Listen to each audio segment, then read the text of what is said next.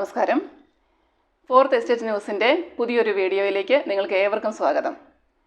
തൊടുപുഴയുടെ രാഷ്ട്രീയ ചരിത്രത്തിൽ ഒരിക്കലും മാറ്റി നിർത്താൻ കഴിയാത്ത സ്നേഹ സാന്നിധ്യമാണ്, സജീവ സാന്നിധ്യമാണ് ശ്രീമതി ജെസ്സി ആൻ്റണി ടീച്ചർ. 1988 മുതൽ പൊതുപ്രവർത്തന രംഗത്തുള്ള ടീച്ചറിൻ്റെ ജീവിതത്തിലേക്കും വിശേഷത്തിലേക്കും നമുക്കൊന്ന് കടന്നു ചെല്ലാം. ടീച്ചറെ, എന്തൊക്കെയുണ്ട് വിശേഷങ്ങൾ? സുഖമായിട്ട് പോകുന്നു. ടീച്ചറെ, ഇപ്പോൾ ഈ തെരഞ്ഞെടുപ്പിൻ്റെ ആവേശവും ആകാംക്ഷയൊക്കെ നിൽക്കുന്ന ഒരു സാഹചര്യമാണല്ലോ. അപ്പോൾ നമുക്ക് അതുകൊണ്ട് അവിടെ നിന്നിട്ട് തന്നെ തുടങ്ങാം. ടീച്ചറിൻ്റെ ആദ്യ തെരഞ്ഞെടുപ്പിനെ കുറിച്ചുള്ള ഓർമ്മകൾ എന്തൊക്കെയാണ്? 1988 ഞാൻ ആദ്യമായിട്ട് മുനിസിപ്പൽ കൗൺസിലിലേക്ക് മത്സരിക്കുന്നത്. അന്ന് എനിക്ക് കൗൺസിൽ എന്താണെന്നോ എൻ്റെ ഉത്തരവാദിത്തങ്ങളും കാര്യങ്ങളും എന്താണെന്നോ ഒന്നും അറിയില്ലായിരുന്നു. എൻ്റെ ഭർത്താവ് പ്രൊഫസർ കെ എ ആൻ്റണിയുടെ നിർദ്ദേശപ്രകാരമാണ് അന്ന് മുനിസിപ്പാലിറ്റിയിലേക്ക് ആദ്യമായിട്ട് മത്സരിക്കുന്നത്.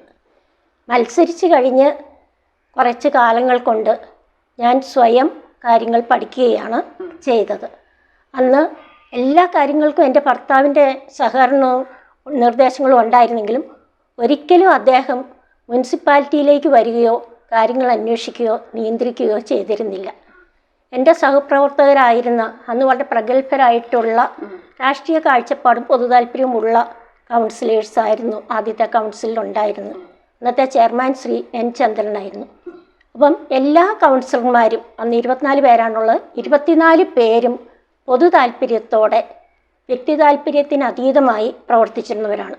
ആ കാലത്താണ് തൊടുപുഴ മുനിസിപ്പാലിറ്റിയിൽ ഏറ്റവും അധികം വികസനം ഉണ്ടായിട്ടുള്ളത്. നന്മകളെ അംഗീകരിക്കാൻ പൊതു താല്പര്യങ്ങൾ സംരക്ഷിക്കാനുള്ള ഒരു കാഴ്ചപ്പാട് ആദ്യത്തെ കൗൺസിലിന് ഉണ്ടായിരുന്നു.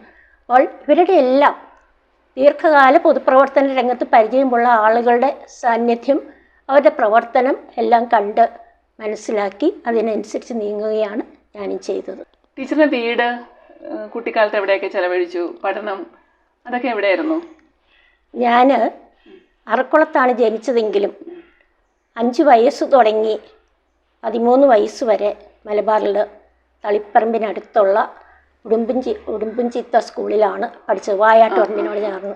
അതിന് ഇവിടെ നിന്ന് അങ്ങോട്ട് പോയി എത്ര ദൂരം? എൻ്റെ ഗ്രാൻഡ് പേരൻസ് 1950കളിൽ അങ്ങോട്ട് കുടിയേറിയവരാണ്. എൻ്റെ ഫാദറും എൻ്റെ മദറും ഞങ്ങളും ആ ഗ്രാൻഡ് പേരൻസിനോടൊപ്പം ആ സമയത്ത് അങ്ങോട്ട് പോവുകയാണ് ചെയ്തത്. അങ്ങനെ നല്ലൊരു നാട്ടിൻപുറത്തുള്ള പുല്ലൊക്കെ മേഞ്ഞ് ചാണകമൊക്കെ മെഴുകിയ നല്ലൊരു സ്കൂളിലാണ് 1ാം ക്ലാസ് തുടങ്ങി 7ാം ക്ലാസ് വരെ പഠിച്ചത്. ടീച്ചറിന്റെ കുടുംബത്തിൽ ആരെങ്കിലും രാഷ്ട്രീയ പാരമ്പര്യമുള്ളവരൊക്കെ ഉണ്ടായിരുന്നോ? എൻ്റെ കുടുംബത്തിൽ രാഷ്ട്രീയ പാരമ്പര്യം എന്ന് പറഞ്ഞാൽ രാഷ്ട്രീയ രംഗത്തേക്ക് ഇറങ്ങിയില്ലെങ്കിലും പൊതുപ്രവർത്തന രംഗത്തുള്ളവരുണ്ടായിരുന്നു. എൻ്റെ ഗ്രാൻഡ് പേരൻസ്, എൻ്റെ അമ്മയുടെ അച്ഛനാണെങ്കിലും അപ്പൻ്റെ അച്ഛനാണെങ്കിലും 2 പേരും നാട്ടിലെ വികസനത്തിന് റോഡ് പണിയിലാണെങ്കിലും ആശുപത്രി പണിയിലാണെങ്കിലും സ്കൂൾ പണിയിലാണെങ്കിലും പള്ളി പണിയിലാണെങ്കിലും എല്ലാം വളരെ താല്പര്യപൂർവ്വം നേതൃത്വം കൊടുക്കുകയും അതിനുവേണ്ടി പണം ചെലവഴിക്കുകയും സമയം ചെലവഴിക്കുകയും ചെയ്തിട്ടുണ്ട്. എൻ്റെ ഫാദറും അങ്ങനെ തന്നെയായിരുന്നു. ആ കാലത്ത് ലൈബ്രറി ആരംഭിക്കാനും പൊതുരംഗത്തും മറ്റുള്ളവർക്ക് സേവനം ചെയ്യുന്നതിനും ഒക്കെ വളരെ തൽപരനായിരുന്നു. സ്കൂളിംഗ് കഴിഞ്ഞ് ടീച്ചർ പിന്നെ പഠിച്ചതൊക്കെ എവിടെയാ? അപ്പോൾ ഞാൻ അത് കഴിഞ്ഞ് 1 വർഷം മൂലമറ്റ സെൻറ്റ് ജോർജ് സ്കൂളിൽ 7ാം ക്ലാസ് പഠിച്ചു. ബോയ്സ് അവിടുത്തെ ഗവൺമെൻറ് സ്കൂളിൽ 8ാം മൂലമറ്റ സെൻറ്റ് ജോർജ് സ്കൂളിൽ 7ാം ക്ലാസ്, അടുത്തുള്ള ഗവൺമെൻറ് സ്കൂളിൽ 8ാം ക്ലാസ്, പിന്നെ കോട്ടയം സെയിൻറ്റ് ആൻസ് ബോർഡിംഗ് സ്കൂളിൽ നിന്ന് 9, 10 ക്ലാസ്സുകൾ, പിന്നെ പ്രീ ഡിഗ്രി BCM കോളേജിൽ, ഡിഗ്രി ന്യൂമാൻ കോളേജിൽ, MA ചങ്ങനാശ്ശേരി SB കോളേജിൽ, MPhil കുസാറ്റിൽ. എനിക്ക് സാധാരണ സ്കൂളുകളിലും അതുപോലെ തന്നെ mixed school, girls school, boys college, SB college എന്ന് പറഞ്ഞാൽ അവിടെ PGക്ക് മാത്രമേ അന്ന് ലേഡീസിന് അഡ്മിഷൻ ഉണ്ടായിരുന്നുള്ളൂ. അങ്ങനെ എല്ലാ തരത്തിലുള്ള സ്ഥാപനങ്ങളിൽ പഠിക്കാനും അതൊക്കെ മനസ്സിലാക്കാനും ഒരവസരം ലഭിച്ചിട്ടുണ്ട്. ഈ മിക്സഡ് സ്കൂളിലൊക്കെ പഠിക്കുമ്പോഴത്തേക്ക് ഒരു കാര്യം, ഒരു ഗുണം ടീച്ചറിന് തോന്നിയേക്കണേ എന്നതാ? മിക്സഡ് സ്കൂളിലൊക്കെ ആണെങ്കിൽ ഞാൻ പറയുന്ന കോ എഡ്യൂക്കേഷൻ മാത്രമേ പാടുള്ളെന്നുള്ളതാണ്. സെപ്പറേഷൻ പാടില്ല. പ്രത്യേകിച്ച് ഇപ്പോഴത്തെ കാലത്ത് ഓരോ വീട്ടിൽ 1-2 കുട്ടികളേ ഉള്ളൂ. അതൊരു ആൺകൊച്ചാണെങ്കിൽ പെൺകുട്ടികൾ എങ്ങനെയാണെന്നോ, അതൊരു പെൺകൊച്ചാണെങ്കിൽ ആൺകുട്ടികൾ എങ്ങനെയാണെന്നോ അവരെ ഒന്നും മനസ്സിലാക്കാനുള്ള ഒരു സാഹചര്യം പിള്ളേർക്ക് കിട്ടുന്നില്ല. അതുകൊണ്ട് എഡ്യൂക്കേഷൻ തന്നെയാണ് അഭികാമ്യമായിട്ടുള്ളത്. പിന്നെ ഒരു ഭാഗ്യം കൂടെ ടീച്ചർ പറഞ്ഞപ്പോൾ എനിക്കൊരു തോന്നി, ടീച്ചർ പഠിച്ചത് ന്യൂമാനിലാന്ന് പറഞ്ഞു. പക്ഷെ പിന്നെ കുറേ കാലം കഴിഞ്ഞപ്പം അവിടെ തന്നെ ഡിപ്പാർട്ട്മെന്റിൽ HOD ആയിട്ട് റിട്ടയർ ചെയ്യാൻ പറ്റിയില്ലേ? അപ്പൊ അതൊരു ഭയങ്കര ഒരു ഭാഗ്യമല്ലേ? നമ്മൾ പഠിച്ചത് അതൊരു ഭയങ്കര ഒരു ഭാഗ്യമായിട്ട് തോന്നുന്നു അല്ലേ? ഞാൻ അങ്ങനെ ഓർക്കാറുണ്ട്. നിർമ്മലയെ പഠിച്ചു, പിന്നെ അവിടെ പഠിപ്പിച്ചു, ടീച്ചേഴ്സിൻ്റെ കൂടെ എന്നെ പഠിപ്പിച്ചവരുടെ കൂടെ പഠിപ്പിക്കാൻ പറ്റുന്ന ഒരു വലിയ ഭാഗ്യമായിട്ടാണ് ഞാൻ കണ്ടേക്കുന്നത്. ടീച്ചർ അമ്മ, ഇപ്പോൾ ഒരു പൊതുപ്രവർത്തക, ഒരു അധ്യാപിക, ഇങ്ങനെ പല പദവികളിലാണല്ലോ. അപ്പോൾ ഒരു ഭാര്യയുടെ പദവിയുണ്ട് അതിൻ്റെ കൂടെ. അപ്പോൾ ഇങ്ങനെ വന്നു കഴിഞ്ഞപ്പോൾ ടീച്ചറിന് അതിനകത്ത് ഏറ്റവും, ടീച്ചർ തിരഞ്ഞെടുപ്പ് നടത്തുവാണെങ്കിൽ അതിൽ ഏറ്റവും ഇഷ്ടപ്പെട്ടതെന്ന് പറയുന്ന ഒരു തിരഞ്ഞെടുപ്പ് ഏതായിരിക്കും? എനിക്കതെല്ലാം ഒരുപോലെ ഇഷ്ടമാണ്.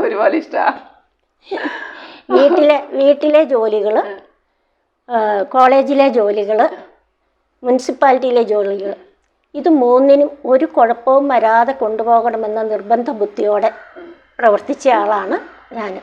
രാവിലെ വീട്ടിലെ ജോലി മുഴുവൻ, തുണി അലക്ക് ഉൾപ്പെടെ മുഴുവൻ പണികളും തീർക്കും. എന്നിട്ടാണ് കോളേജിലേക്ക് പോവുക. കോളേജിൽ എന്നും സമയത്ത് എത്തിയിരിക്കും. ലേറ്റ് ആകുന്നൊന്നും എനിക്കിഷ്ടമല്ല. കോളേജിൽ പഠിപ്പിക്കാനുള്ളത് കൃത്യമായി പഠിപ്പിച്ചിരിക്കും. അത് കഴിഞ്ഞ് വൈകിട്ട് 4 മണി കഴിയുമ്പം 4 മണിയോടെ മുനിസിപ്പാലിറ്റിയിൽ വന്ന് കൗൺസിലർ എന്നുള്ള നിലയിൽ പിന്നെ ഓരോ തരത്തിലുള്ള ഉത്തരവാദിത്തങ്ങൾ കൃത്യമായി ചെയ്തിട്ട് തന്നെയാണ്. അത് കഴിഞ്ഞ് വാർഡിൽ ഒരു കാര്യത്തിലും വീഴ്ച വരുത്തരുന്നൊരു നിർബന്ധ ബുദ്ധി ടീച്ചിങ്ങിൽ നിന്നല്ല, അത് എനിക്ക് തോന്നുന്നത് എൻ്റെ വീട്ടിൽ നിന്ന് തന്നെ കിട്ടിയതാണെന്ന് എനിക്ക് തോന്നുന്നത്. ഞങ്ങളെല്ലാവരും ഇങ്ങനെ ജോലിയോട് ആത്മാർത്ഥതയും സത്യസന്ധതയും പുലർത്തുന്നു. ഞങ്ങൾ 5 പേരാണ് എൻ്റെ അമ്മയ്ക്ക് അപ്പനും മക്കളായിട്ടുള്ള 5 പേരും അവരുടെ ജോലിയോട് 100% ആത്മാർത്ഥതയും സത്യസന്ധതയും പുലർത്തുന്നു. അതിൻ്റെ അകത്ത് ലാഭനഷ്ടങ്ങളല്ല നോക്കാറുള്ളത്. ആ ജോലി ഏറ്റവും ഇഫക്റ്റീവായിട്ട് ചെയ്യുക എന്നുള്ള കാര്യത്തിൽ 5 പേര് ടീച്ചറെ എനിക്കറിയാം. ബാക്കിയുള്ളവരൊക്കെ എന്ത് ചെയ്യുന്നു ടീച്ചറെ? ഞാൻ എൻ്റെ നേരെ ഇളയ ബ്രദർ ഓറിയൻ്റൽ ഇൻഷുറൻസിൽ മാനേജറായിരുന്നു. അവന് 62 വയസ്സിൽ അവൻ മരിച്ചു. പിന്നെ അതിൻ്റെ ഇളയൊരു അനിയത്തി, അവൾ MA BEd ആയിരുന്നു. MA BEd ആയിരുന്നെങ്കിലും അവളുടെ ഹസ്ബൻഡ് BRC സയൻറ്റിസ്റ്റ് ആയിരുന്നുകൊണ്ട് ട്രോംബയിൽ താമസിച്ചുകൊണ്ട് ജോലിക്ക് പോയില്ല. 2 മക്കളെ നന്നായിട്ട് വളർത്തി. അതിൻ്റെ ഇളയാൾ ഡൽഹിയിൽ ഒരു വലിയ കമ്പനിയിൽ വൈസ് പ്രസിഡൻ്റ് ആയിരുന്നു. അവനും ഇപ്പം റിട്ടയർ ചെയ്തു. ഇളയാൾ ഇവിടെ ഹ്യൂമാൻ കോളേജിലും നിർമ്മല കോളേജിലും പഠിപ്പിച്ച് റിട്ടയർ ചെയ്ത് അനിയത്തി. എനിക്കറിയാം. നമ്മൾ ചിലപ്പോൾ ചില കാര്യങ്ങളൊക്കെ ചെയ്യുമ്പോൾ നമുക്ക് ഭയങ്കര സംതൃപ്തി തോന്നിയിട്ടുണ്ടാവുമല്ലോ. ടീച്ചറിന് ഇപ്പോൾ ഈ മുനിസിപ്പാലിറ്റിയിൽ ഇരുന്നിട്ട് ചെയ്തേക്കുന്ന ഒരു പ്രവർത്തനം ഇത് ജനങ്ങൾക്ക് വളരെ ഉപകാരപ്പെട്ടു, അല്ലെങ്കിൽ ചെയ്തപ്പോൾ ഭയങ്കര സന്തോഷം തോന്നിയേക്കുന്ന ഒരു പ്രവൃത്തിയാകുന്നു പറയൂ. മുനിസിപ്പാലിറ്റിയിൽ പൊതു താല്പര്യം അല്ല പൊതുവെ കൗൺസിലർമാർക്ക് കാണുന്നത്. അവരവരുടെ വാർഡിലെ കാര്യങ്ങളിലേക്ക് ഒതുങ്ങാനാണ് പൊതുവെ കൗൺസിലേഴ്സ് താല്പര്യപ്പെടുന്നത്. അതാണ് വാർഡിൽ നിന്നാണ് വോട്ട് കിട്ടേണ്ടത്. വാർഡിലെ ആളുകൾ അതൊക്കെയാണ് ആഗ്രഹിക്കുന്നത്. അത് പൊതുവായിട്ടുള്ള കാര്യങ്ങളിലേക്ക് ശ്രദ്ധ കൊണ്ടുവരാൻ ഞാൻ എപ്പോഴും ശ്രമിക്കാറുണ്ട്. ഇവിടെ ഒരു ലൈബ്രറി വേണം, സ്റ്റേഡിയം വേണം, റോഡുകളുടെ പണി കൃത്യമായിട്ട് നടക്കണം, മങ്ങാട്ടുപോലെ ഷോപ്പിംഗ് കോംപ്ലക്സിൻ്റെ പണി നടക്കണം. അതുപോലെ തന്നെ ഒത്തിരി കാര്യങ്ങളുണ്ട്. മുനിസിപ്പാലിറ്റിയിൽ ശുചിത്വം ഏറ്റവും ഭംഗിയാക്കണം. മുനിസിപ്പാലിറ്റി കേരളത്തിലെ ഏറ്റവും നല്ല മാലിന്യ സംസ്കരണ രംഗത്തെ ഏറ്റവും നല്ല മുനിസിപ്പാലിറ്റി. തൊടുപുഴ ഒരുപാട് മാറിപ്പോയിട്ടുണ്ട്. ഞാനൊരു 25 വർഷത്തോളമായിട്ട് തൊടുപുഴക്കാരിയാണ്. അപ്പോൾ ആദ്യകാലങ്ങളിലുള്ളതിനേക്കാളും ഒത്തിരി വ്യത്യാസം പല മേഖലകളിലും വന്നിട്ടുണ്ട്. നമുക്ക് ബൈപ്പാസുകളൊക്കെ ഇഷ്ടം പോലെയായി. അപ്പോൾ ഒരുപാട് കാര്യങ്ങളൊക്കെ വ്യത്യാസം വന്നിട്ടുണ്ട്. ഒരു നല്ല ഒരു നഗരത്തിൻ്റെ കെട്ടിലേക്കും മട്ടിലേക്കും ഒക്കെ പോകുന്നുണ്ട്. അപ്പോൾ ആ ഒരു കാഴ്ചപ്പാടിലാണ് മുന്നോട്ട് പോകുന്നത് അല്ലേ? അതെ. നഗരസഭയിൽ ഈ മാലിന്യ സംസ്കരണം, ശുചിത്വം എന്നൊക്കെ പറയുന്നത് കുറേയൊക്കെ നമുക്ക് എൻഫോഴ്സ് ചെയ്യാൻ പറ്റും. എല്ലാം നമുക്കങ്ങനെ ചെയ്യാൻ പറ്റില്ല. ആളുകളുടെ മനോഭാവം മാറി വന്നാൽ മാത്രമേ പറ്റൂ. അറിയത്തില്ലാത്തതുകൊണ്ടല്ല, അവരവരുടെ അന്നേരത്തെ സൗകര്യം എന്നുള്ളതാണ്. പക്ഷേ എങ്കിലും മുനിസിപ്പാലിറ്റിയുടെ നിർബന്ധപൂർണമായ ഇടപെടൽ മൂലം കുറേയൊക്കെ മാറ്റങ്ങൾ വന്നുകൊണ്ടിരിക്കുന്നു.